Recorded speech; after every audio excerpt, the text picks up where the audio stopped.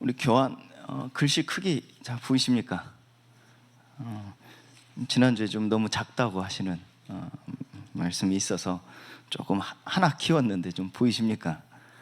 더 키우면 이제 장수가 늘어나다 보니까 여러분들 좀 돋보기를 좀 활용하셔서 안 보이신 분들은 보시면 좋을 것 같습니다.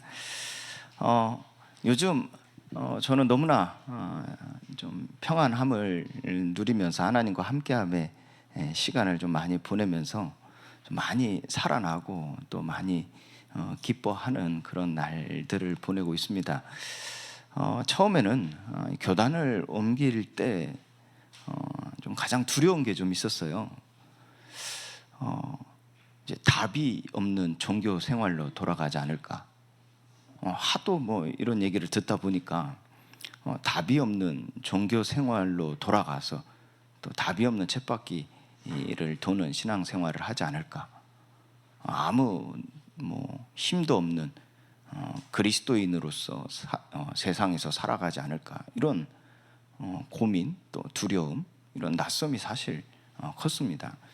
근데 이제 결단하고 하나님 앞에 서서 기도할 때 하나님께서 그런 마음을 주시고 또 그런 결단할 수 있는 힘을 주셔서 우리가 또 함께 교단을 옮기면서 지금까지 인도를 받게 되어졌는데, 제가 이런 시간을 가지면서 좀 회개한 게 있어요. 그리고 여러분들께 정말 진심으로요, 죄송한 마음을 갖게 되어진 게 있습니다. 그게 뭐냐면, 사실 우리가 세계 복음을 한 하나님의 언약을 받고 그 언약을 실현시키기 위해서 우리가 그리스도인으로서 많은 힘을 가지고 또 강성해져서 또 갖춰져서 세계 복음화를 이루고자 하는 그런 중심을 갖게 되어진 것이죠. 근데 이 포커스가 어디에, 초점이 어디에 맞춰져 있냐면 우리가 이제 강성해지는 거죠. 그러니까 우리 교회가 힘이 있는 것이죠. 그리고 여러분들이 힘이 또 능력이 있는 것이죠. 여기에 초점을 두고 사실 지금까지 목회를 하면서 많은 가르침의 사역들을 해왔습니다. 그러다 보니까 이제 실제 여러분들의 마음이나 상황들을 살피지 못한 게 사실입니다. 왜냐하면 끌고 가야 되니까. 왜냐하면 계속 앞에서 그걸 딱 세워져야, 그걸 서야 끌어올 수 있으니까. 안 돼도 끌어가야 되니까. 그 안 되는 걸 하나하나 살피다 보면 못 가지 않습니까?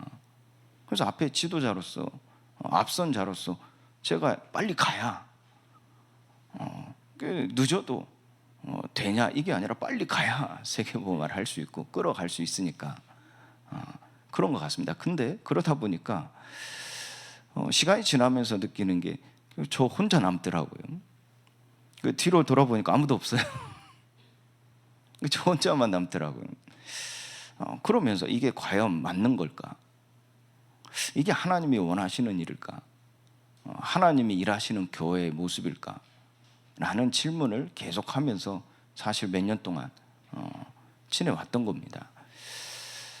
그러면서 하나님께서 주신 이 시간표 속에 지금은 어떤 마음이냐면요, 우리가 세계복음화를 하기 위해서 우리를 성공시켜내는 것에 초점을 두는 것이 아니라 우리가 이 세상 가운데서 그리스도인으로 살아가는데 초점을 두게 되어진 겁니다.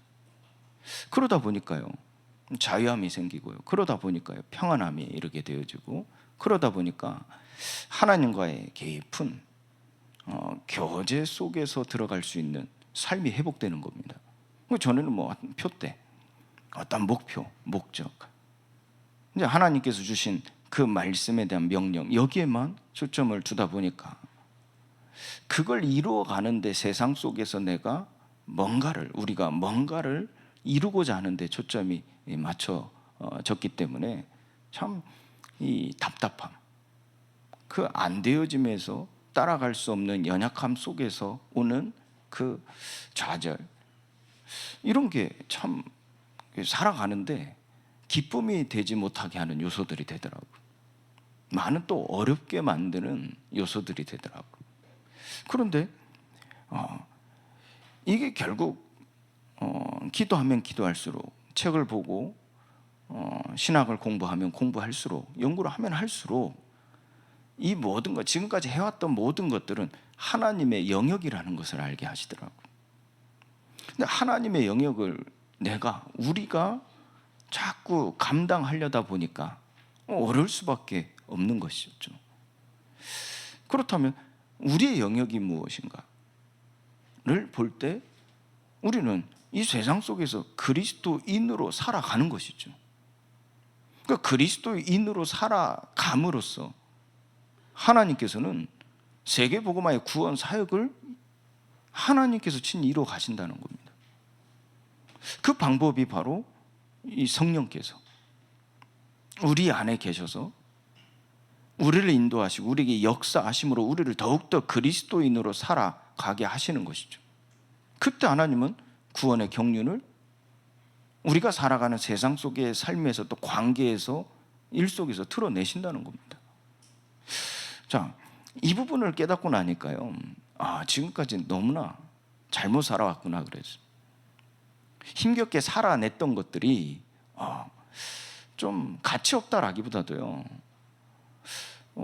맨 땅에 헤딩하는 것처럼 허공에다 이렇게 손을 뻗치는 거죠. 뭐 아무것도 없는데 발을 구르는 것처럼. 그리고 가만히 묶여 있는, 그러니까 바퀴가 떠 있는 상태로 열심히 자전거를 굴렀던 것처럼, 그러니까 한 발자국도 못 갔던 그런 모습들이 되어지지 않았나 싶습니다.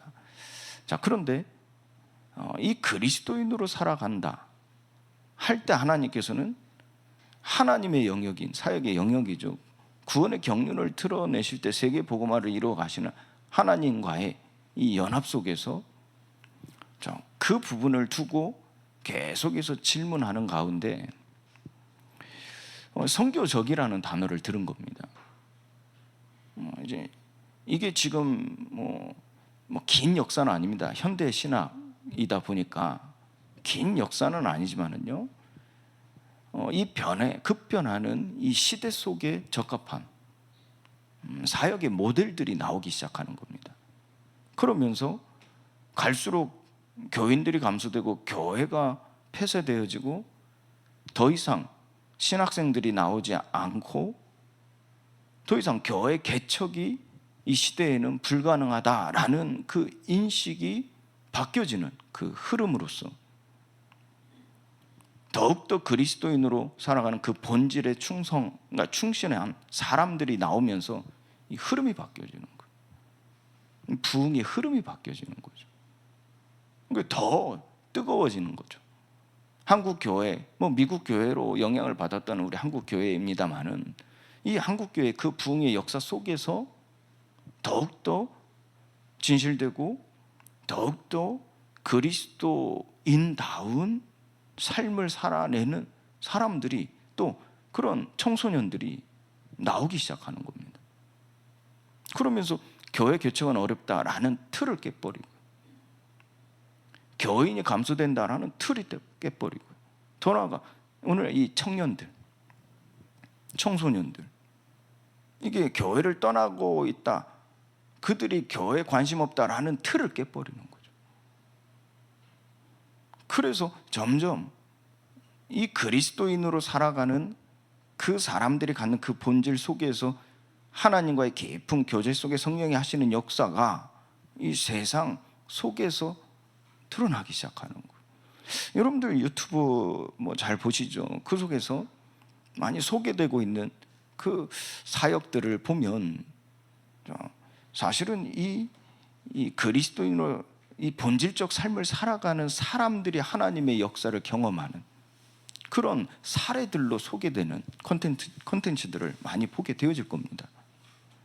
자, 이 선교적이라는 곧 내가 나로서 뭔가를 이루어간다, 하나님이 주신 그 명령을, 언약을 내가 나로서 뭔가를 이루어간다가 아닌 새 생명을 얻은 성령이 나의 주가 되시, 성령이 나를 완전히 붙잡혀 하나님이 나를 이 세상 가운데 보내신 존재로서 살아갈 때 하나님께서는 그 구원의 경륜을 드러내심으로써 하나님의 나라를 내가 있는 그곳부터 시작해서 열방에 이르기까지 확장해 나가시는 그런 모습들을 보게 되어지고 꿈꾸게 되어지는 것이죠. 그래서 여러분들과 함께 지금 이제 다음 스텝을 밟는다 하지만 이 본질을 회복하는 그런 시간을 사실 갖는 거거든요. 그래서 이와 같은 많은 가르침들과 또 이 갈망함 속에서 나오는 간절함 속에서 나오는 그 기도가 여러분들이 뭔가를 또 배운다, 뭔가 새로운 걸 한다 라기보다요, 이런 배움, 들음, 배움, 기도를 통해서 하나님께서 성령으로 임하셔서 여러분들을 깨우치고 여러분들을 일으켜 세우기를 간구하는 것이죠. 그러니까 우리가 뭔가를 힘을 합쳐서 이루어내서 세계복음화를 이루자 해서 정말 우리가 그리스도인으로 바르게 성화된 모습으로 이처럼 살아내는 삶 속에서 하나님 세계복음화를 이루어 가시면 우리에게 보여주시는 그런 삶을 두고 간구하며 기도하는 것이죠. 오늘 또 지금 이와 같은 흐름 속에서 이 내용입니다. 여러분들이 내용을 보실 때 좀 많은 하나님과의 교제 속에서 하나님의 일하심을 기대하면서요, 정말 내가 이 세상 속에서, 여러분들 가정 속에서, 직장 현장에서, 또 지역사회, 여러분들 주변의 사람들, 이웃들과 함께 살아내면서 정말 그리스도인으로 살아갈 때 하나님께서 역사하실 것을 믿음으로 그 주신 말씀의 규례, 법도에 순종하는 그 속에서 하나님의 일하심이 있기를 바라는 겁니다. 자, 오늘 좀 본론 들어와서요, 우리가 이 복음 중심적,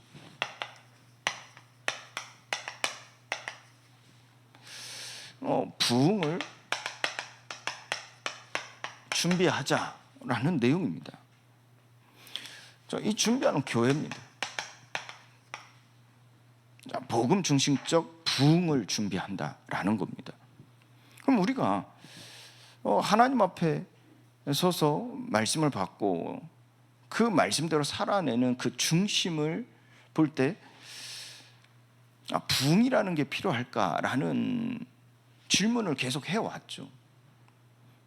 그런데 부흥이 중요한 게 아니라 우리가 전도하는 게 중요하다라는 결론을 사실 내리고 지금까지 왔단 말이에요. 그래서 부흥에 대한 관심이 사실 없었습니다. 그런데 이 부흥이라는 정의가 사실 잘못 내려진 거죠. 그래서 왜 부흥이라는 정의가 내 안에서 잘못됐을까? 잘못 내렸을까를 질문해 보는 겁니다. 근데 부흥이란 꼭 사람이 많이 모여지는 거, 대형 교회화 되어진 거, 수백 명, 수천 명, 수만 명이 모여진 공동체라고 교회를 정의했던 겁니다. 그러다 보니 그게 무슨 필요 있냐? 라는 결론을 내리게 되는 거죠.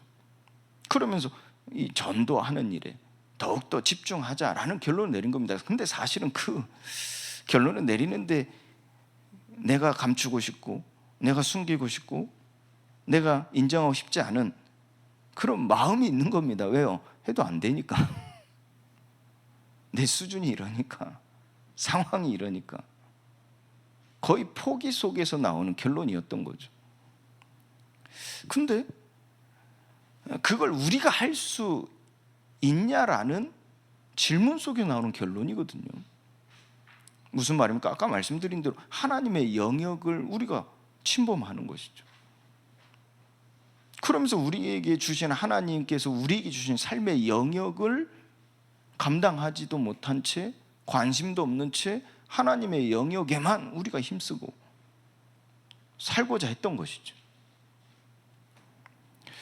그런데 이 부흥에 대한 새로운 정의를 갖게 되어진 겁니다. 교재에 보니까요, 복음 부흥이라 그랬어요. 이것은 부흥인데 이전에 가지고 있는, 여러분들이 가지고 있는 또 이 부흥에 대한 정의 때문에 우리가 이 공통된 의미를 갖고자 해서 앞에 복음이라는 복음적인 이런 단어를 붙인 것 뿐입니다. 이 복음 부흥은 이 삶을 변화시키는 복음의 재발견을 말한다는 거예요. 이게 근본적 정의입니다. 자, 그래서 이 부흥에 대한 관점들, 일반적 관점들이죠. 그게 복음을 이해하는 것과 연결이 되어져요. 사실은 우리도 모르게요. 그게 지금까지 우리가 복음을 이해하고 많은 사람들이 또 우리뿐만 아니라 우리가 기존 교회라 말하는 교회들이 가지고 있는 보편적인 부흥에 대한 관점입니다. 그게 우리 지금까지 마태복음 16장 13절부터 20절까지 말씀 속에서 들어왔던 이 부흥, 또 교회 생활, 우리의 삶에 대한 관점이거든요. 세례요한, 에레미야, 엘리야, 선지자와 같은 그런 관점이란 말이에요. 그게 결국 정리를 해보면요, 이 성령의 특별한 일하심. 우리가 말 그대로 어떤 기적이 일어나는 거예요. 예수님 공생의 기간에 일으키셨던 기적들이 있지 않습니까? 불치병자들이 나음을 받고, 안진뱅이가 일어나고, 눈먼 자들이 눈을 뜨고, 문둥병자가 나음을 받고, 심지어는 죽은 자도 살아나는 이런 특별한 성령의 일하심, 하나님의 일하심. 이때 어떤 일들이 일어났죠? 결과적으로 수많은 사람들이 모였다니까. 사도행전 3장에서도 안진뱅이가 베드로를 통해 세움을 받으니까 난리가 난 겁니다. 예루살렘 성전 안에 있는 사람, 밖에 있는 사람 말할 것 없이 난리가 난 겁니다. 그때 이 대제사장들이 사실 두려운 겁니다. 그래서 베드로를 감옥에 붙잡아 간 거예요. 이 난리가 나니까 그걸 막기 위해서, 이탈을 막기 위해서 잡아들인 겁니다. 자, 여기서 부흥을 우리는 이해한단 말이에요. 우리도 모르게 이게 각인되어 있다니까요. 그 이유는 아까 다음번에 부흥의 역사를 보면 알 수 있습니다. 자, 그리고 또 하나는 우리가 지금까지 해왔던 일이죠. 활발한 전도 활동. 그러니까 우리가 나가서 우리가 삶이 되어져서, 우리의 삶이 되어 전도하는 이 활동. 우리 지금까지 해왔던 삶이었죠. 꿈꿔왔던, 갈망했던 삶이었죠. 그러니까 우리가 일상에 나가서 전도하는 활동으로 그렇게 맺어진 열매로 인한 부흥들. 그런 모습들을 우리가 많이 보지 않았습니까? 캠프, 종교인 캠프 하면서도 그런 얘기들을 많이 듣고, 또 그런 사례들을 우리가 많이 접하면서 우리도 이 부흥을 꿈꾸지 않았습니까? 그런데 이렇게 이와 같이 크게 얘기하면 특별한 일하심과 우리의 전도 활동으로 인한 부흥, 사람들이 모여지는 이 보편적 관점들과 다른 복음을 이해하고자 하는 겁니다. 그게 일반적 이해이기도 하죠. 다시 말해 일반적 수단이 하나님이 보편적으로 우리에게 행하시는 하나님의 일하심이라는 얘기예요. 이게 아까 말씀 좀 어려운 말로 하나님의 영역과 인간의 영역이 있는 거예요. 그 속에 하나님께서 우리에게 말씀을 주시고 말씀으로 임하셔서 우리가 그 말씀에 의해서 기도하는 우리의 삶이 되어질 때 우리가 복음화 된다고 하죠. 성령께 붙잡힌 바 된다 하죠. 그래서 성령을 힘입어 산다고 하죠. 이걸 우리가 복음을 위하여 산다 하죠. 하나님의 영광을 위하여 산다고 하죠. 그런 모든 시작은 무엇입니까? 하나님께서 우리에게 임하신 거죠. 어떻게 해요? 말씀으로 임하신 거죠. 그래서 그 말씀이 힘이 있고 능력이 우리의 모든 걸 다 바꿔놓으시는 거예요. 그래서 우리가 말씀화가 되어진다는 것이고 복음화가 되어진다는 거예요. 성령화가 되어진다. 이때 일어나는 결과입니다. 내가 바뀌는 거예요. 내 생각 그리고 이 마음이 바뀌는 거예요. 그러면 내 삶이 바뀌어지는 거예요. 성화라고 하죠. 성화. 그래서 결론적으로는 나를 볼 때 복음이 보이는 거예요. 나를 볼 때 하나님이 보여지는 거예요. 하나님의 형상, 이미지라 하죠. 우리가 이제 이미지라. 이 성화를 얘기한단 말이에요. 그러면 우리의 삶이 완전히 달라지는 것인데 겉모습이 아니라 속사람이 달라지는 거예요. 한마디로 여러분들 마음이 달라진다는 얘기예요. 그냥 내 마음은 여전한데 우리가 삶의 어떠한 겉모습만 달라지는 것은 우리가 흔하게 일어날 수 있는 일이죠. 그런데 결국은 꼬리를 잡혀요. 그 차이니까 결국 꼬리 잡힌다니까요. 그 본색이 드러나죠. 그때 이게 궁지에 몰리면 본색이 드러나죠. 그게 이제 속사람이 변하지 않는 겉모습만 변하는 부작용입니다. 부작용. 근데 대부분의 사람들은 이 속사람이 드러나기 이전까지는 속죠. 겉모습은 구분이 안 되니까. 그런데 정상적인 일하심으로 우리에게 강력하게 나타나는 바는 나는 죄인이라는 것이거든요. 죄인.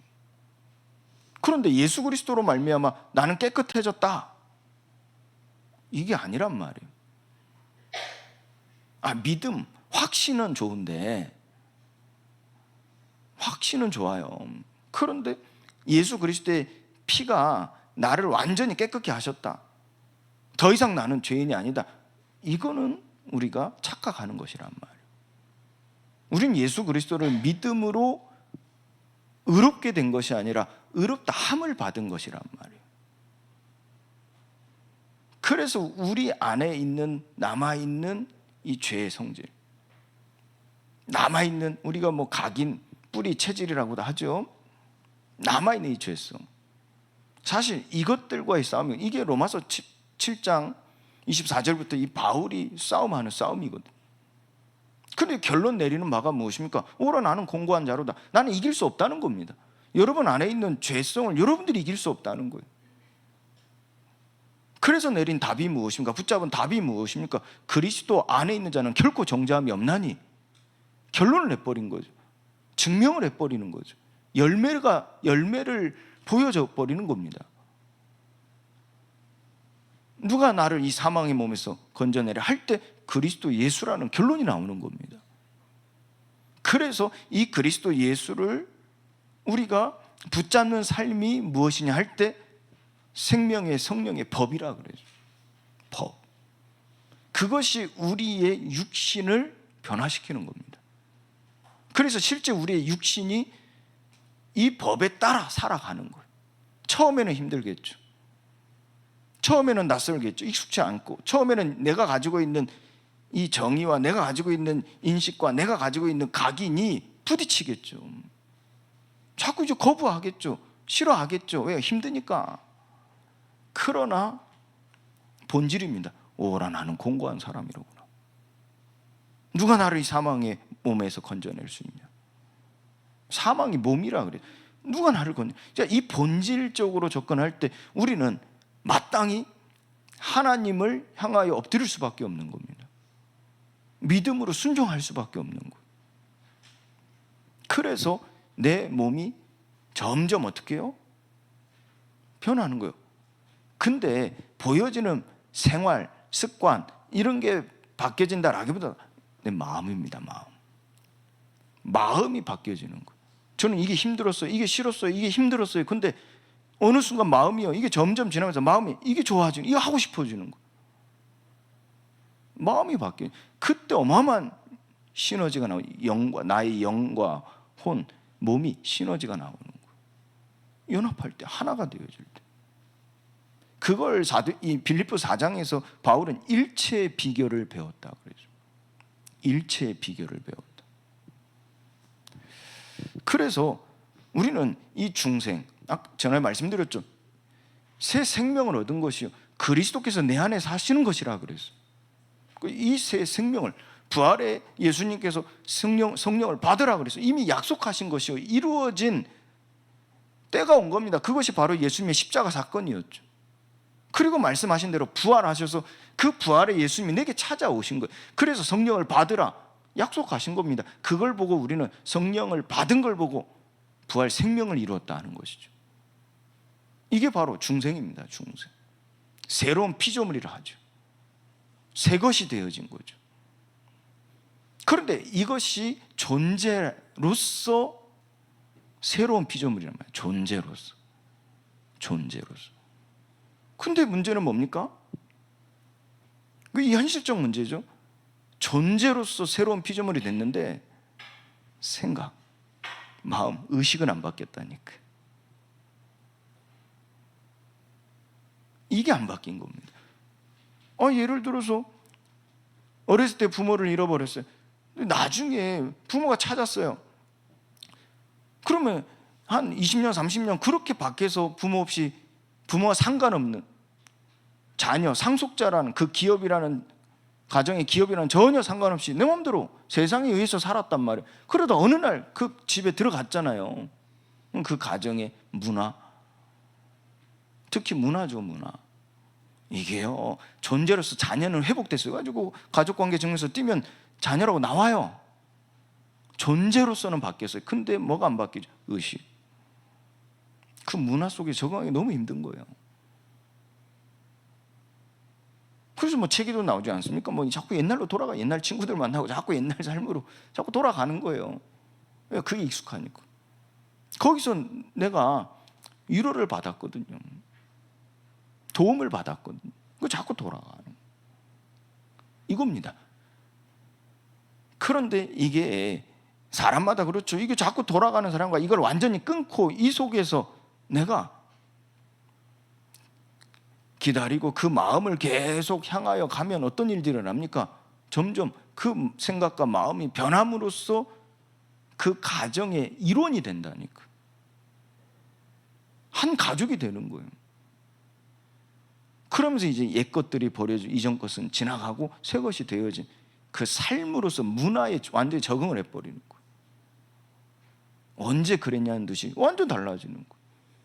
그러면 이 사람이 옛날 그곳에 가면 이제는 이 사람들이 전에는 왔다 갔다 했을 때는 아유 잘 왔다, 그래 우리하고 맞지 했던 이 사람들이 이렇게 완전히 문화가 적응해서 바뀌어서 가면요 낯설게 느껴진다. 누가요? 이 사람들이 낯설게 느껴진다니까. 또한 갔던 나도 이 사람들과 낯설게 느껴진다. 그럼 점점 안 가게 되죠. 멀어지게 되죠. 그 완전히 여기에 완전히 속하게 되죠. 이걸 보고 성화라고 하거든요. 성화라. 우리가 세상 속에서 살아가는데 우리가 보이지 않게 이와 같은 중생에서 성화의 과정이 일어난다니까. 근데 그 과정 속에서 아까 말씀드린 대로 우리 의식이 바뀌어지지 않아요.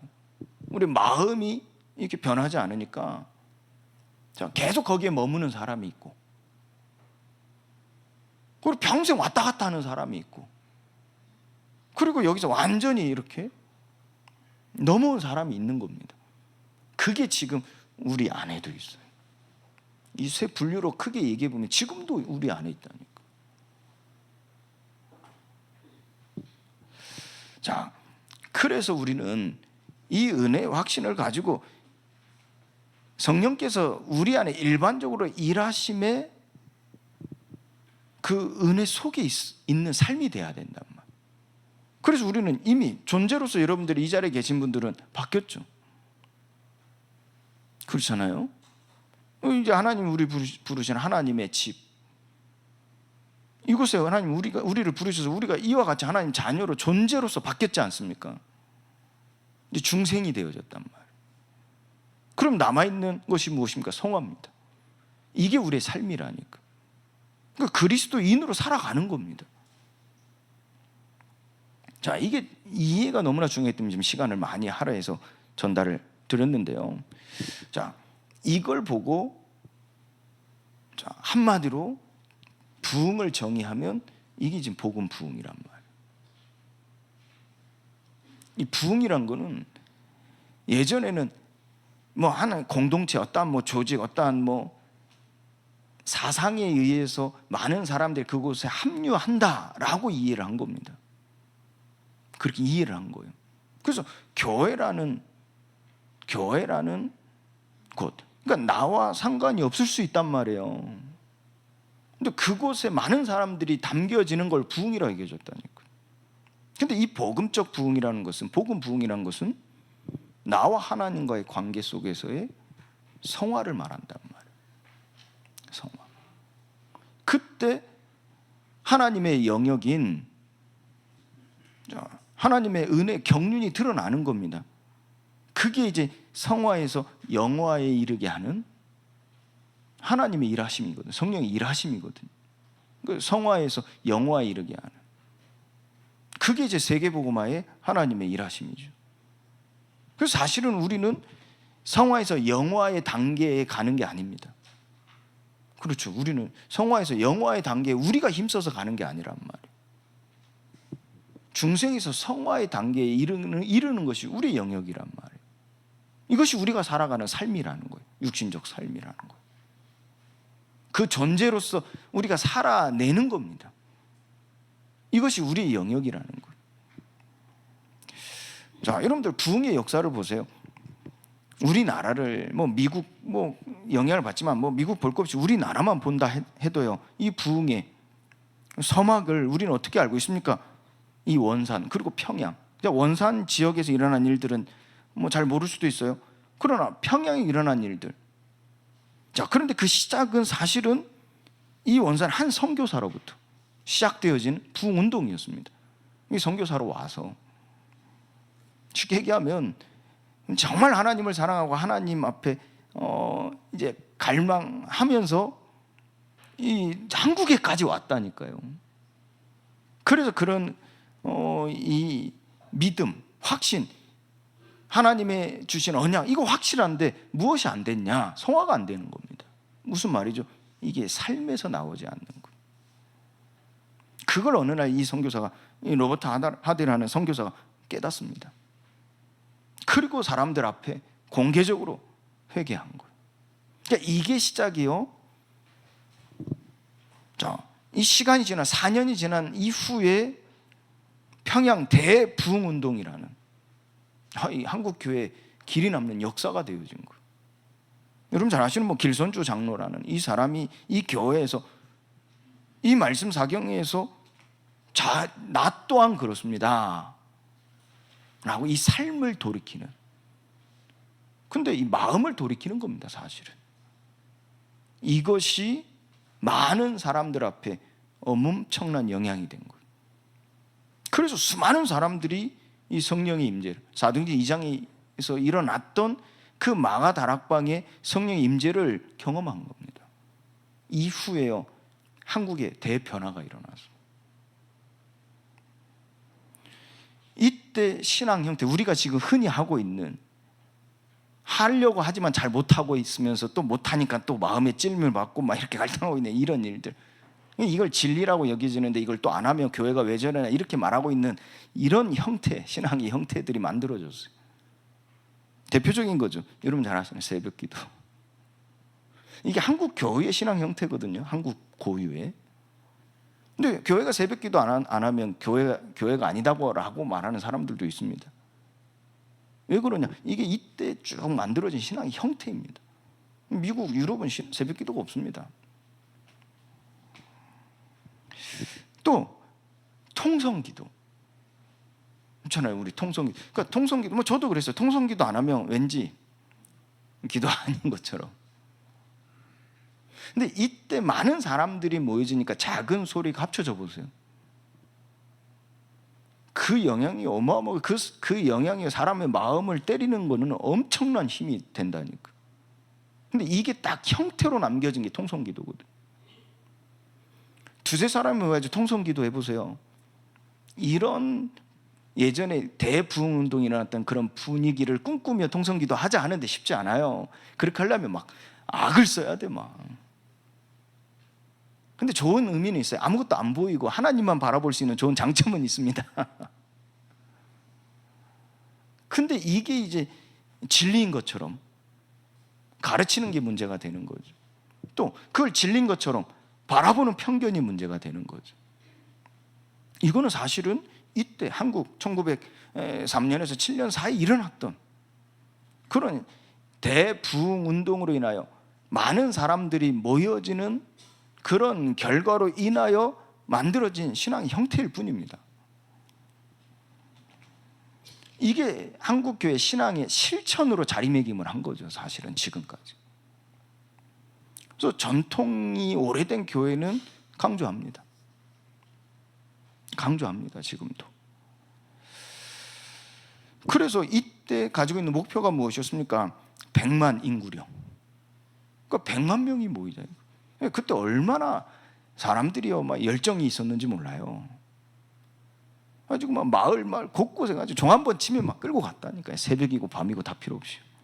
그래서 새벽기도 밤새 철야기도 얼마나 뜨거웠습니까?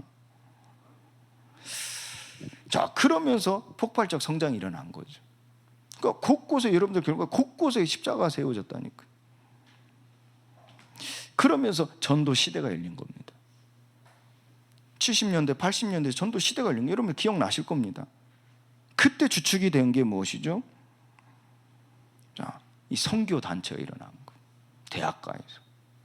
그리고 또 하나 여의도 순복음교회 조영기 목사님 통해서 성령 부흥, 대부흥 운동. 70년대, 80년대 우리나라 강타했다니까. 근데 그때 딱 시대적으로 맞아떨어진 운동이 되어질 수 있었던 이유는 우리나라가 급격한 산업화가 이루어진 거예요. 그래서 산업화가 이루어지면서 자연적으로 사람들의 정서가 수도권으로 몰리기 시작했다. 그러니까 우리나라에 대이사가 일어났다니까. 그러면서 서울 집값이 엄청나게 뛰었죠. 그래서 서울이 엄청 개발되어졌죠. 그때까지만 해도 지역에는 그래도 많이 떠났다니까. 젊은이들이 많이 올라갔다니까. 그러면서 이 모여지는 중심이 되어지고 뭔가 이렇게 꿈이 되어질 수 있는 미래가 될 수 있는 곳에 모여지는 문화가 만들어진 겁니다. 그런 문화가 만들어졌다. 그러니까 이 시대에 적합한 거죠. 산업화가 급격히 되면서 사람들의 정서가 바뀌어지니까 그게 먹힌 겁니다.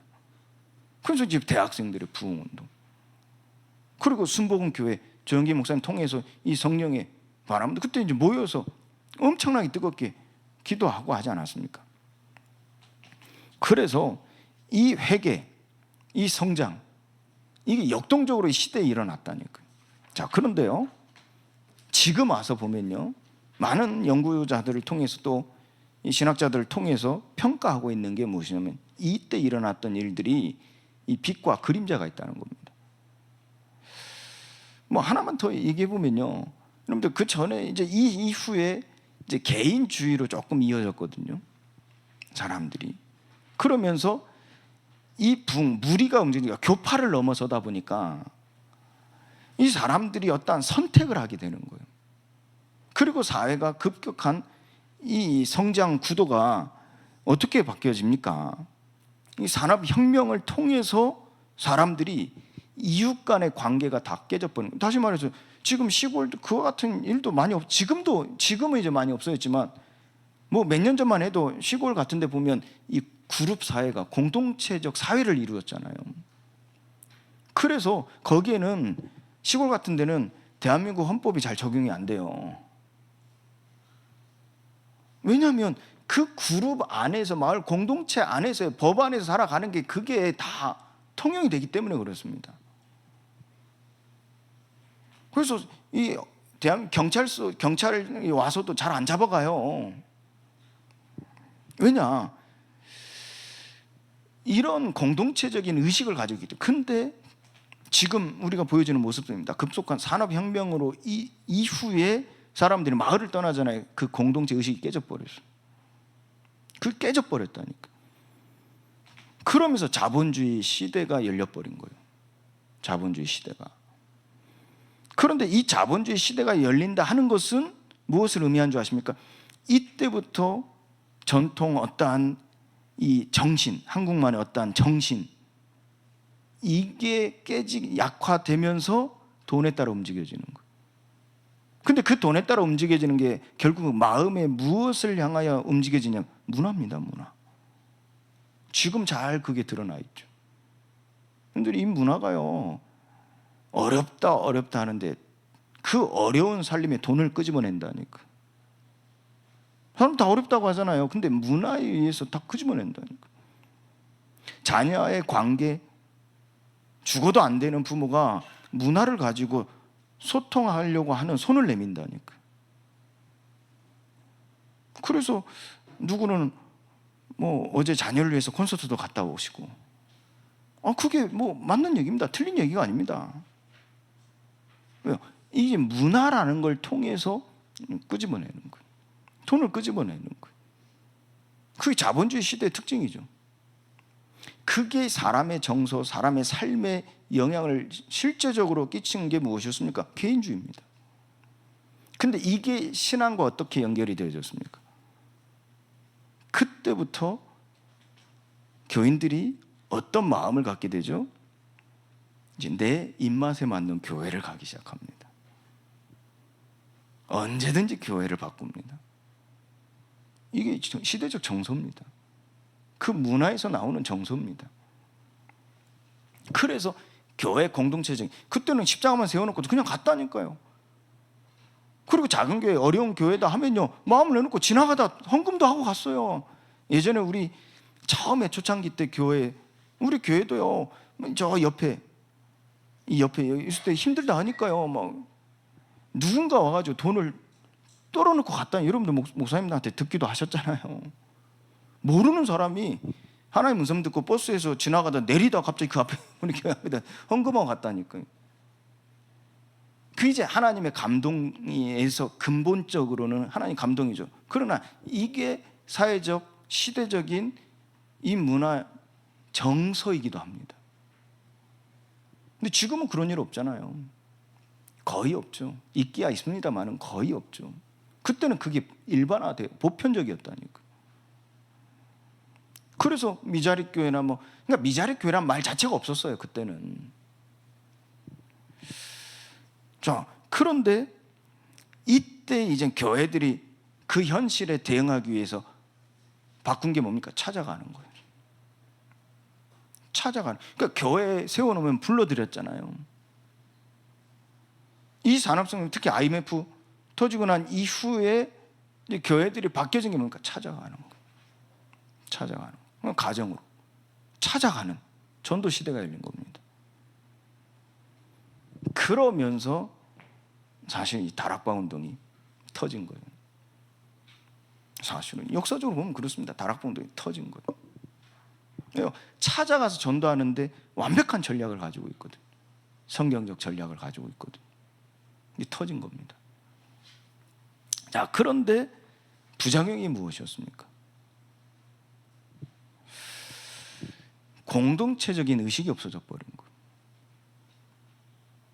교회라는 의식이 없어져 버린 교회 공동체.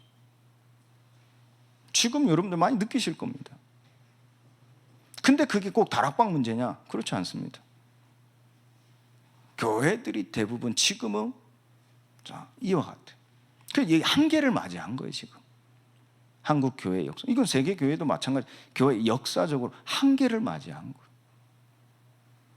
그러면서 한 전도자가요, 선교사로 진짜 이 복음을 가지고 동기 없이 나라를 돌아다니면서 특히 좀 아프리카 이 현장을 가서 선교하고 정말 하나님의 기쁨과 감사함으로 자기 나라에 돌아와서 보니 자기 나라가 완전 영적으로 헐벗은 거예요.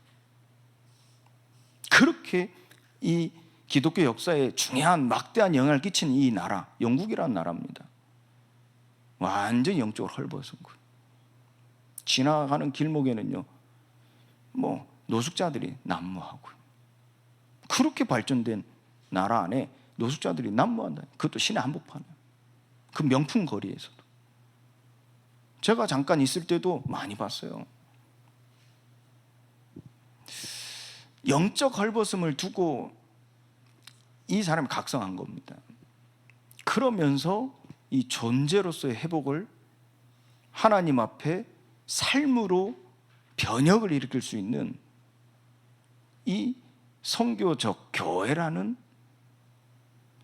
이 신학을 두고 정립해 나간 거예요.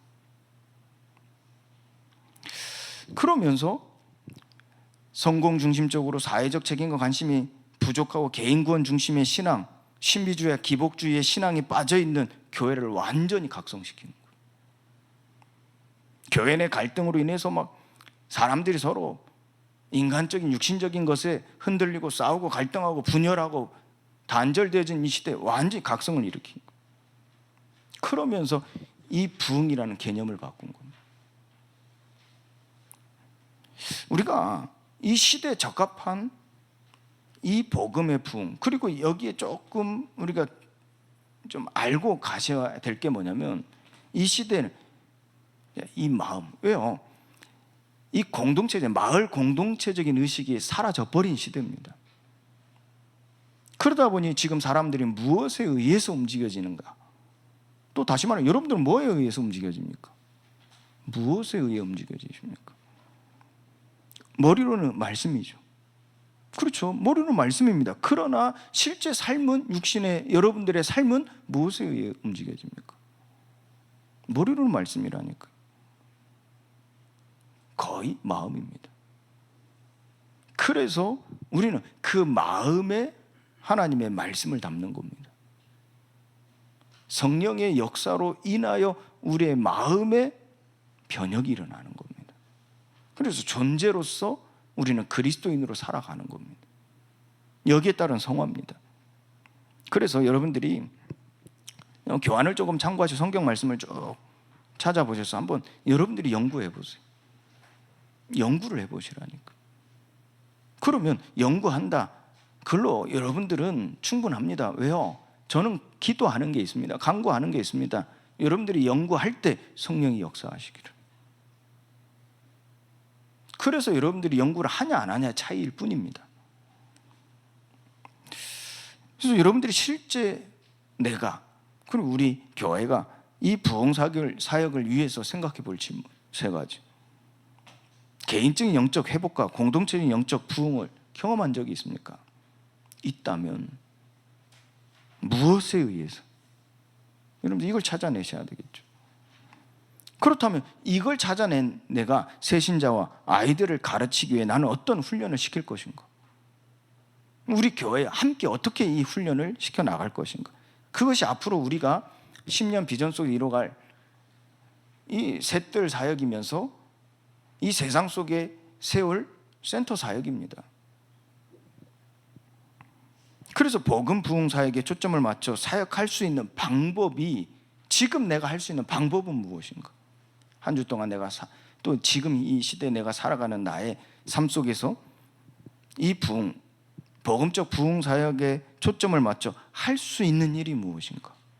그걸 찾아 실천해 보는 거죠. 중요한 응답의 시작이 되시기를 바랍니다. 여러분들, 저는 여러분들에게 전달할 뿐입니다.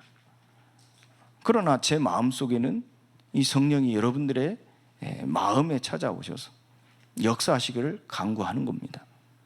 여러분들이 이 말씀과 또 하나님께서 우리에게 주신 이 메시지를 통해서, 또 강단을 통하여 사도의 가르침을 받을 때 그 속에서 성령의 역사하심을 꿈꾸면서 여러분들이 하나님께서 주신 사명을 그리스도인으로 살아가는, 또 중생의 성화에 이르게 되어지는 그 삶의 여정을 살아내는, 여기에 초점을 맞춰보시기 바랍니다.